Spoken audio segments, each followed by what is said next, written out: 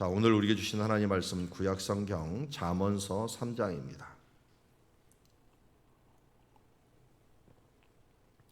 자, 잠언서 3장 1절에서 12절 내 아들아라고 하는 제목을 가지고 하나님 말씀 보도록 하겠습니다.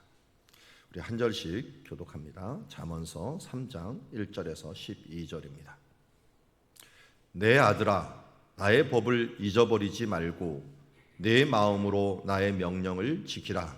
그리하면 그것이 내가 상수하여 많은 해를 누리게 하며 평강을 더하게 하리라. 인자와 진리가 내게서 떠나지 말게 하고 그것을 내 목에 매며 내 마음판에 새기라.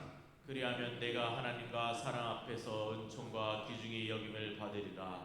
너는 마음을 다하여 여호와를 신뢰하고 내 명철을 의지하지 말라. 너는 범사의 그를 인정하라. 그리하면 내 길을 지도하시리라. 스스로 지혜롭게 여기지 말지어다. 여호와를 경외하며 악을 떠날지어다.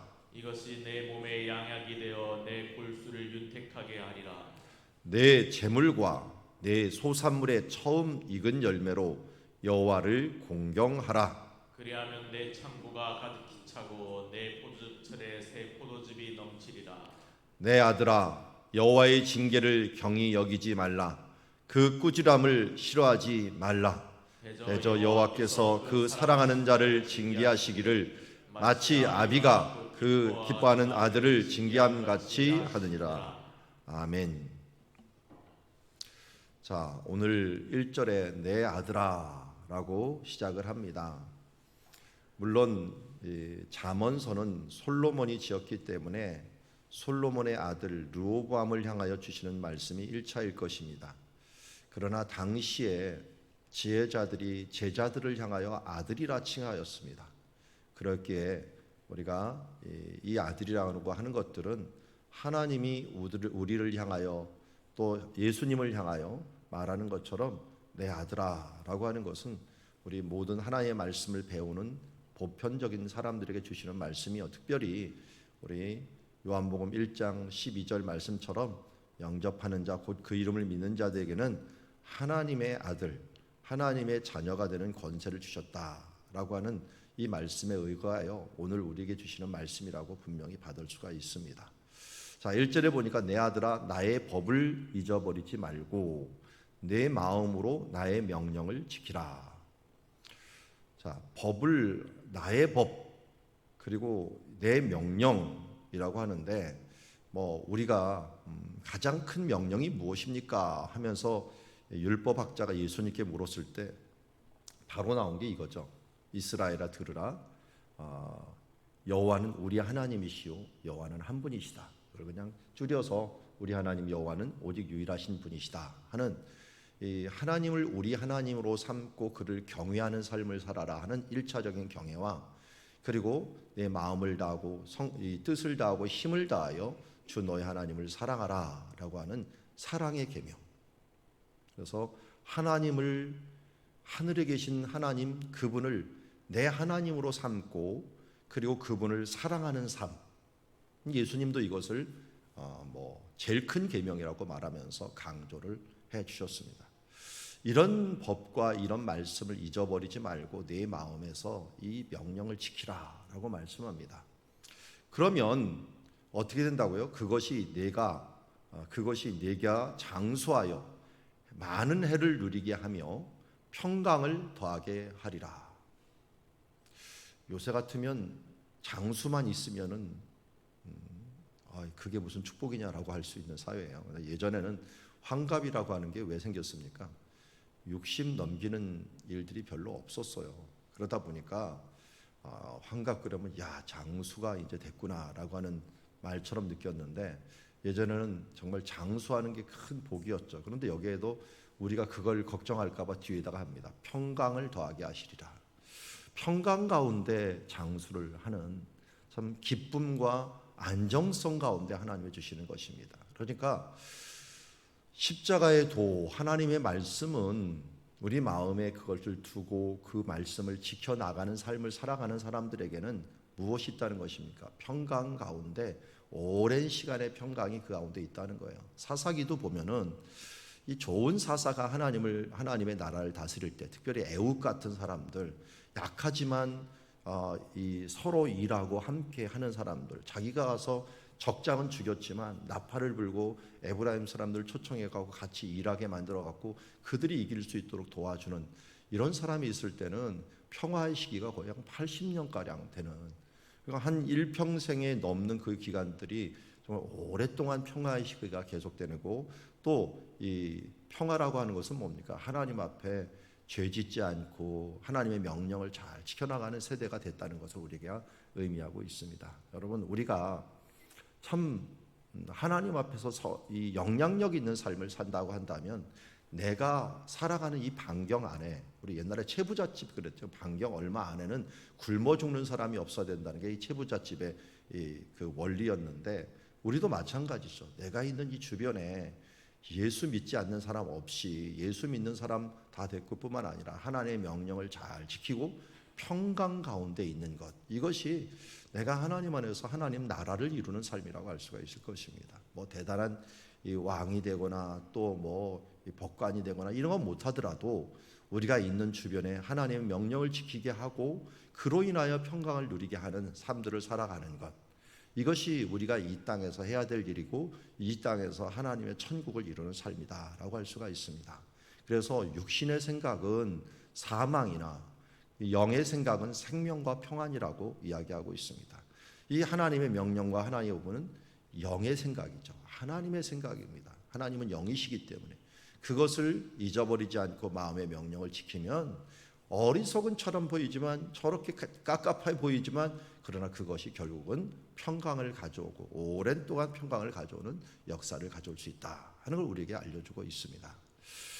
하나님께서 우리를 자녀 삼으시면서 우리에게 이러한 평강 주시기를 원하기 때문에 예수님께서 부활하시자마자 너에게 샬롬 평강이 있을지어다 라고 말씀하면서 우리에게 축복문을 줄 때도 만침에 맨 마지막에 하나님께서 그의 얼굴을 내게 보이사 뭘 원하신다고 평강 주시기를 원하노라 하면서 마무리하는 것을 보게 됩니다. 오늘 이 아침에도 우리 주님과 함께하기 위해서 여러분들에게 하나님의 평강이 있기를 주님의 이름으로 축원합니다. 자, 두 번째 보니까 이게 그리하면 하면서 이걸 뭐뭐 하면 하나님께서 이런 것을 주실 것이다라고 하는 이 패턴이 12절까지 계속 이어집니다. 두 번째 보니까 인자와 진리가 내게 떠나지 말게 하고 그것을 내 목에 매며 내 마음판에 새기라. 앞에는 명령, 법이라고 했는데 이 법 그러면은 좀 딱딱한 것처럼 보이지만 3절에 보면 인자와 진리예요. 헤세드와 에멧이라고 하는 단어를 쓰는데 이 헤세드, 인자, 뭐 사랑으로도 알게 되고 자비 이런 것을 이야기하고, 진리 말씀이죠. 에멧 그러면 아멘입니다. 어떻게 하면은 예수님이 바로 인자가 이 세상에 온 것을 할 때는 그 인자는 사람을 가리키긴 하지만 예수님 내가 온유하고 하면서 온유하는 마음들, 이 부분들과 함께 연결이 된다고 할 수가 있습니다.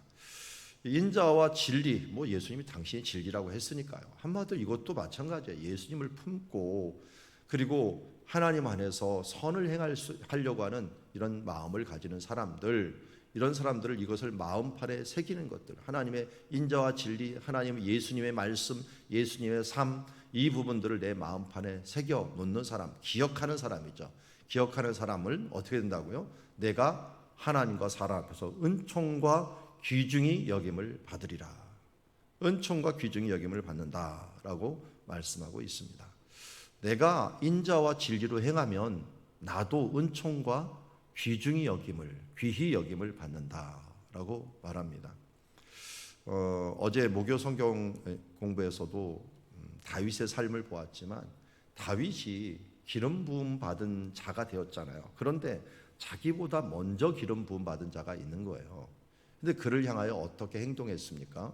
그의 옷자락 자르는 것도 이 마음에 찔려갖고 그를 향하여 이 죽은 개나 벼룩 같은 나를 왜 쫓아오십니까? 하면서 나는 그런 의도가 전혀 없습니다 하면서 인자와 정말 이 자비로서 그에게 사랑으로서 그를 행하였더니 다윗도 실수했잖아요. 나중에 바세바 때문에 실수했는데 그로 인하여 그 주변 사람들이 다윗에게도 똑같이 그렇게 대해주는 것을 보면서 우리가 참으로 잘 심어야겠다. 인자와 진리로 잘 심어두고 그것을 마음판에 씌고 행동하면 나도 어렵고 힘든 시기에, 나도 연약한 시기에 바로 은총과 귀중히 여김을 받는구나 하는 것을 알고 우리의 남의 허물 갖다가 그냥 지적질하는 삶이 아니라 그를 위하여 기도해주고 옆에서 은근히 도와주면서 다시 새롭게 되기를 위해서 함께 도와주는 삶들, 그런 삶들을 통해서 나는 아니다라고 생각하지 말고 우리가 인자와 진리로 행하는 주님의 자녀들이 될 때 하나님의 은총과 귀중히 여김이 그 가운데 있는 줄 믿습니다. 자, 이제 5절 6절에 보면 또 뭐라면 너는 마음에 여호와를 신뢰하라. 그의 명철을 의지하라.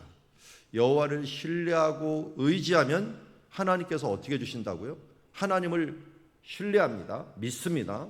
그리고 그에게 내 모든 것을 의지합니다. 자, 의지한다는 게 제가 자주 말씀드렸는데 무게를 둔다는 거죠. 그에게 내 삶의 무게를 이렇게 둡니다. 들면은 무겁다라고 하는 표현이 영광이라는 표현으로 말씀을 드렸죠. 카베드라는 말이 카보드가 되었는데 이 카보드라는 말이 영광이라는 겁니다. 영광. 내 무게를 이쪽에 두는 거예요. 그러니까 하나님을 의지하는 거예요. 하나님께 전적으로 신뢰하는 거예요. 그게 하나님을 영화롭게 하는 것입니다. 우리 지난주 말씀에도 요한복음 17장에 내 아버지여 내가 아버지를 영화롭게 하여 싸운즉, 이게 어떨 때 하나님이 가장 영화롭게 되었을까요? 하나님을 전적으로 의지하고 아버지를 전적으로 믿고 육신을 입었을 때 이미 영화롭게 하였습니다. 그뿐만 아니라 제일 힘든 때가 어딜까요? 죽음의 순간이에요. 죽음의 순간은 내가 아버지하고 분리되는 죄를 짊어지고 가는 그 순간은 정말 삼위일체 하나님의 영원의 순간, 영원 동안 한 분이신 그분이 이제 분리돼야 되는 그런 시간이에요. 그러면 우리가 제일 슬플 때가 언제입니까? 이별할 때죠. 우리가 이 영원히 이별한다라고 생각하는 그 순간, 분열된 때. 근데 우리는 영원의 분열이 아닌데도 불구하고 죽음이라는 게 슬픈 이유는 그만큼 이 이별이라는 것들이 힘든 시간이라는 거예요.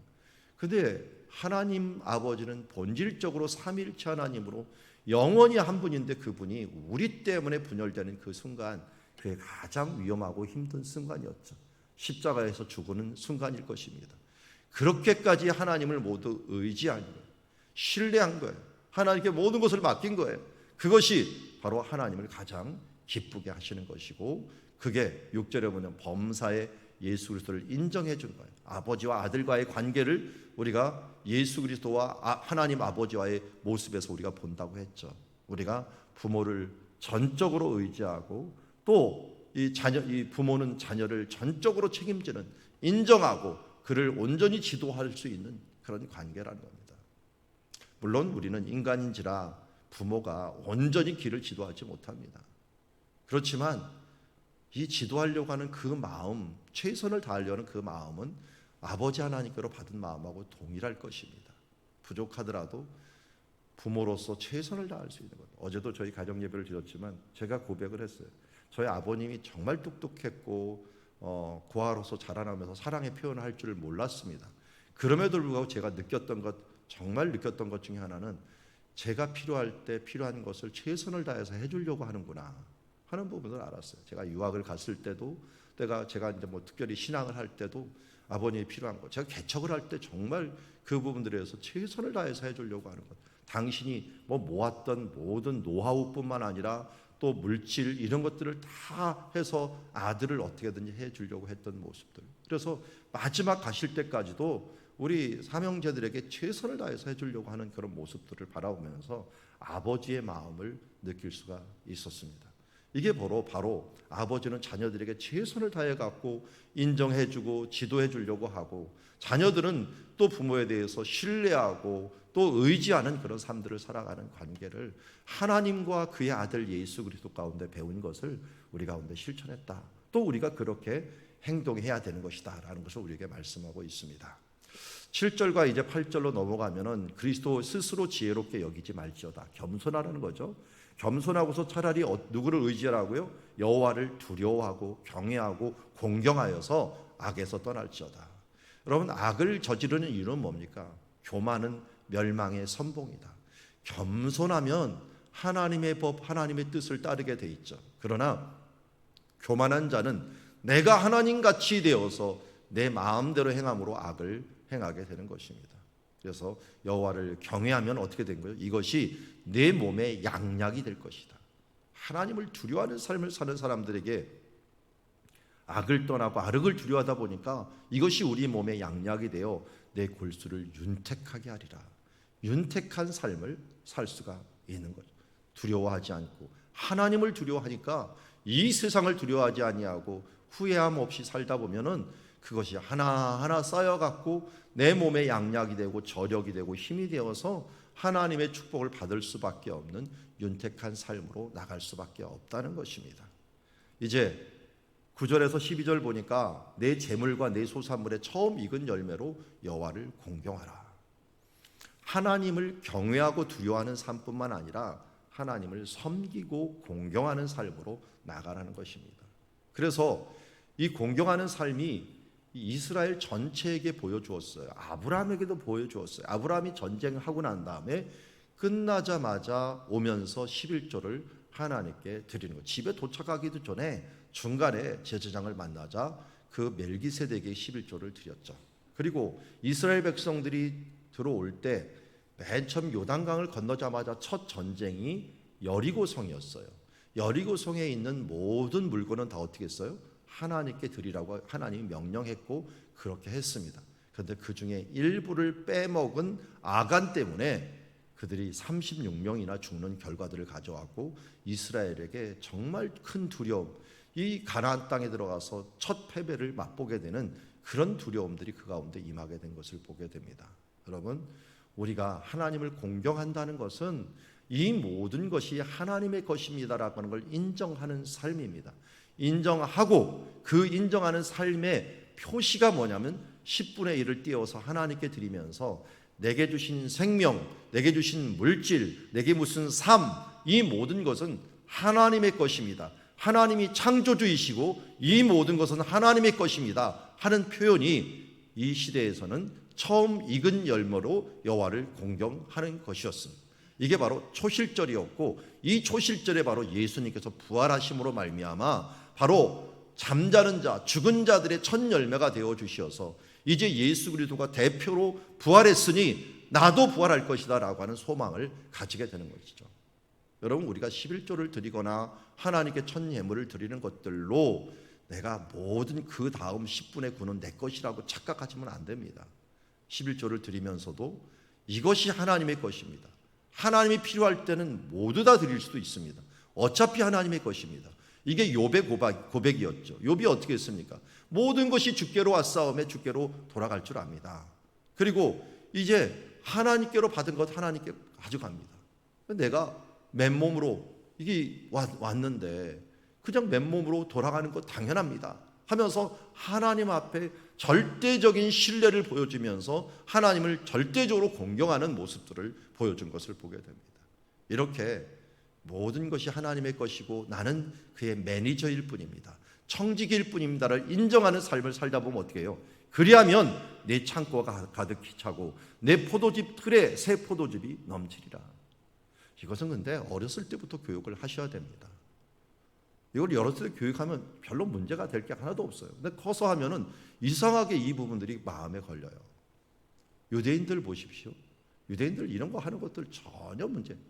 청교도들 신앙을 가진 사람들 이런 것들 뭐 당연한 것 아니야라고 생각을 하면서 살아가는데 중간에 예수 믿는 사람 보면은 나도 모르게 이런 게 어색해져요. 여호와를 공경하는 것들이 당연한 것인데도. 여러분, 신앙을 가치관을 바꾼다라고 하는 건 바로 이런 것을 바꾸는 거예요. 정말 내가 하나님을 창조주 하나님으로 인정하느냐. 그래서 우리 감리교를 창시한 웨슬레 목사님이 하신 말씀이 항상 머리에 귀에 쟁쟁합니다. 주머니가 회개하지 않는 사람의 회개는 진짜가 아니다. 그건 뭡니까? 지금 세계가 물질주의 세계니까 내가 가지고 있는 주머니가 진짜 하나님의 것이라는 걸 인정하지 않는 사람, 11조의 삶과 감사의 삶과 선교의 삶들이 내가 있지 않는 사람들은 그 회개는 내가 믿을 수 없다라고 하는 게 웨슬레 목사님이었습니다. 그럼 오랜 기간 살아오면서 느끼는 것들이고 저도 동의를 합니다. 물질부터 하나님의 것이라는 걸 인정하지 못하면 내 삶과 내 인생이 정말 하나님의 것이라는 걸 인정할 수가 없어요. 그래서 우리가 그렇게 하면 어떻게 되는 거예요? 유대인들이 이 세계에서 가장 부자가 됐잖아요. 하나님이 어떻게 준다는 거예요?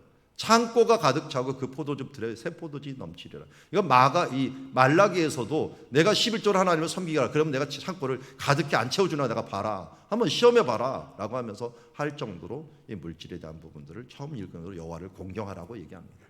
11절과 12절에 이제 마지막으로 이야기합니다. 내 아들아, 또 한 번 얘기하죠. 여호와의 징계를 경히 여기지 말라. 그 꾸지람을 싫어하지 말라. 지혜자는 징계와 꾸지람을 정말 달게 받는 사람이죠. 실패를 통하여 배우고 욕을 먹을 때 욕을 잘 삼켜서 먹는 사람, 그래서 그것을 자기 것으로 만드는 사람, 정말 그것이 나하고 전혀 상관 있는 사람은 흥분하지 않습니다. 아무리 욕을 먹어도 그냥 이상한 소리 하네. 예전에 그런 분이 있었어요. 우리 교회 와갖고 우리 교회가 이제 성경검을 잘 해갖고 넘기니까, 그런데 우리가 좀 정신이 좀 이상한 분이었어요. 그분이 괜히 성교비 갖고 꼬투리를 재는 거야. 이 교회가 뭐 성교비를 어떻게 했는데 저더니, 아니 우리는 성교비를 갖다가 그냥 투명하게 다 공개를 하거든요. 어떻게 쓰인다라고 하는 것도 공개하고, 지금이라도 뚜껑 열어 뭐 아무리 세무서가 오더라도 저는 성교비나 이런 물질 부분들 문제가 없도록 다 투명하게 만들어 놨습니다. 일부러 우리 교회는 여러분들이 혹시 뭐 그럴 일은 없겠지만 궁금하면은 통장에 다 찍힙니다. 일부러 모든 부분들을 통장에 다 찍히게 만들어 버렸어요. 그래서 그런 부분을 왔는데 어떤 분이 그런 거 시비를 거는 거예요. 막 그런데 제가 아무렇지도 않았어요. 그것을 좀 정신이 좀 이상하시구만. 왜냐면 정직하게 행하고 있었으니까 전혀 걸릴 일이 하나도 없었어요. 그분은 제 마음에 뭐 조그만 찍기라도 있으면 그 부분이 뭔가 깨림직하게 느껴지겠죠. 전혀 문제가 되지 않아요. 그런데 우리가 아이들이 혹시 말썽을 부릴 때 그게 나하고 무슨 조그만 상관이 있으면 이상하게 화가 나더라. 나의 이 연약함이 아이들에게 증폭된 것 같아가. 왜 흥분합니까? 뭔가 걸리는 게 있으니까 흥분하죠. 아무렇지도 않으면 뭐 개가 짖나 보다 하면서 그냥 우리가 평온할 수가 있는 것입니다. 그런데 하나님께서 징계하실 때 우리가 힘들 때는 우리에게 뭔가 고칠 것이 있다는 거예요. 그리고 고치면 됩니다. 그런데 그걸 가지고 변명하고 그걸 대들고 핑계대고 하다 보면 어떻게 됩니까? 아담처럼 하와처럼 에덴 동산을 쫓겨나는 결과를 가지고 있는 거예요. 인류가 맨 처음에 범죄한 것이 핑계입니다. 탓입니다. 지금 이 세대도 정말 핑계를 많이 대는 것을 보게 됩니다. 자, 우리가 이런 부분을 돌아보면서 또 다시 한번 경계를 하는 시간이 되었으면 좋겠습니다. 오늘 아침에도 제가 단두대에 올라갔다 왔는데 제 사모한테 몸무게가 이렇게 늘었냐, 왜 절제를 못하냐 하면서 제가 몇 마디를 듣고 왔는데, 이 말을 들으니까 징계를 경히 여기지 말고 꾸지람을 싫어하지 말아야 된다는 생각을 다시 한번 가지게 됩니다. 오늘 아침을 굶어야 되겠다는 생각을 하게 되네요. 대저 여호와께서 그 사랑하는 자를 징계하시기를 마치 아비가 그 기뻐하는 아들을 징계함 같이 하느니라 라고 하면서, 여러분 왜 아비가 징계를 합니까? 아들이기 때문에. 그럼 관심 없는 사람은 말도 안 합니다. 그런 사람들이 뭐 힘을 뺍니까? 그런데 아들이기 때문에, 사랑하기 때문에 이런 부분들에서 징계하고 잔소리를 하게 됩니다. 오늘 말씀에서 핵심 단어들을 좀 기억해 봤습니다. 명령을 지키면 평강이 올 것이다. 그리고 인자와 진리로 행하면 하나님의 은총, 이 기억 대신에 아마 인자를 넣어야 될 것 같아요. 인자와 그 진리로 행하면 은총이 있을 것이다. 그리고 하나님을 신뢰하면 내 길을 인정하고 지도할 것이다. 하나님을 경외하면 연택하게 될 것이다. 하나님을 공경하면 풍족하게 될 것이다. 아들이기 때문에 징계한다. 오늘도 우리를 향하여 하나님께서 우리를 내 아들아 하면서 외치면서 이 부분을 잊지 않기를 원하시는 줄 압니다. 오늘도 이 말씀대로 순종하여서 하나님의 자녀답게 오늘도 살아가는 하루가 되기를 주의 이름으로 축원합니다. 기도하겠습니다. 하나님 아버지, 오늘도 우리를 하나님의 자녀 삼아 주시고 이제 우리의 어떤 공로에 의하지 아니하고 하나님을 양자 삼아 주신 것 감사합니다. 주님, 이제 하나님의 자녀된 자로서 어떻게 살아가는지를 말씀을 통하여 우리가 알려주고 있습니다. 주의 명령을 지켜 평강의 삶을, 하나님의 인자와 진리의 말씀을 내 마음 판에 두어 주님 은총의 삶을, 하나님 여호와를 신뢰하여 당신이 인정하는 삶, 또 지도하는 삶을 살게 하시고, 여호와를 경외함으로 말미암아 이 땅에서 윤택케 되는 삶, 하나님을 공경함으로 말미암아 풍족케 되는 삶, 아들로서 징계를 달게 받음으로 성장하는 삶을 살아가게 하여 주시옵소서. 예수님의 이름으로 기도드리옵나이다.